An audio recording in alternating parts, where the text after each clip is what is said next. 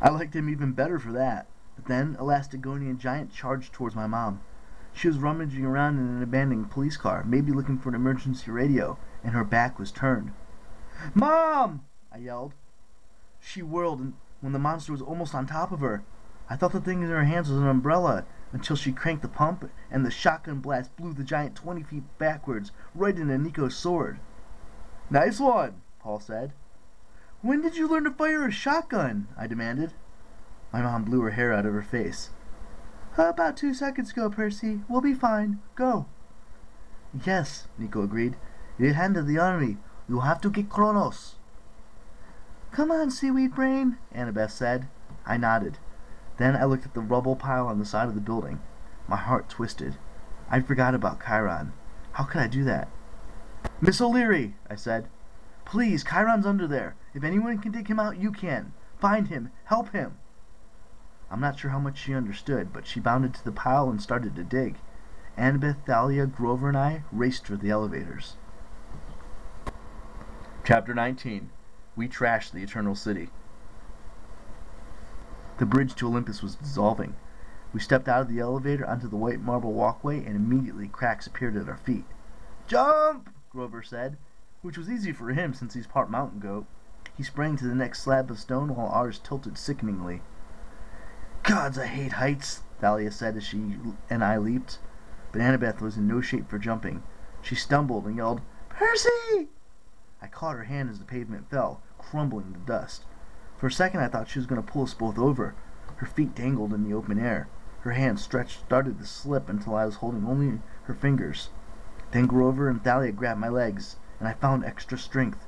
Annabeth was not going to fall. I pulled her up, and we lay trembling on the pavement. I didn't realize we had our arms around each other until she suddenly tensed.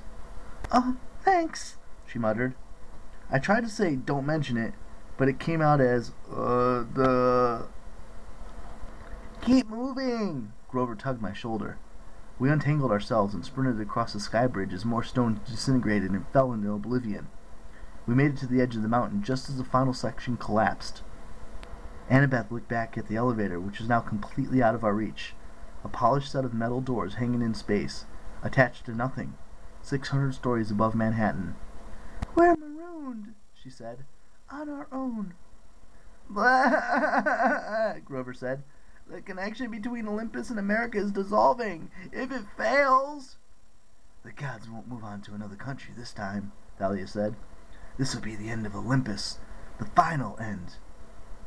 We ran through the streets. Mansions were burning. Statues had been hacked down.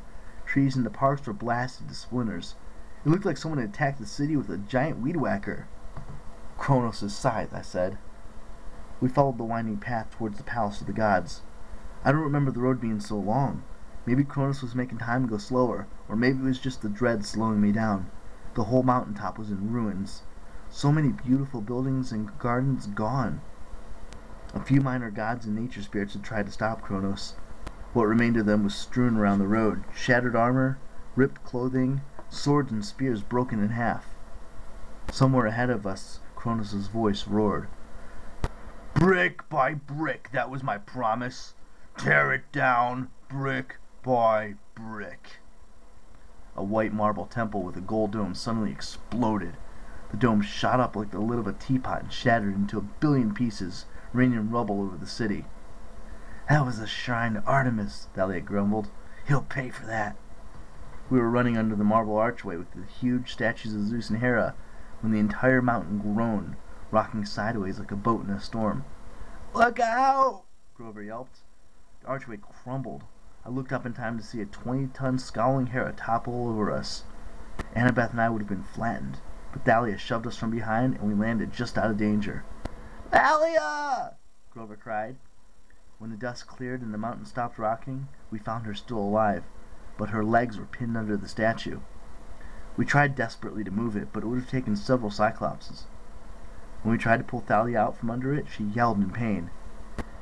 "I survived all those battles," she growled, "and I get defeated by a stupid chunk of rock." "It's Hera," Annabeth said in outrage. "She's had it in for me all year. Her statue would have killed me if you hadn't pushed us away." Thalia grimaced. "Well, don't just stand there. I'll be fine. Go."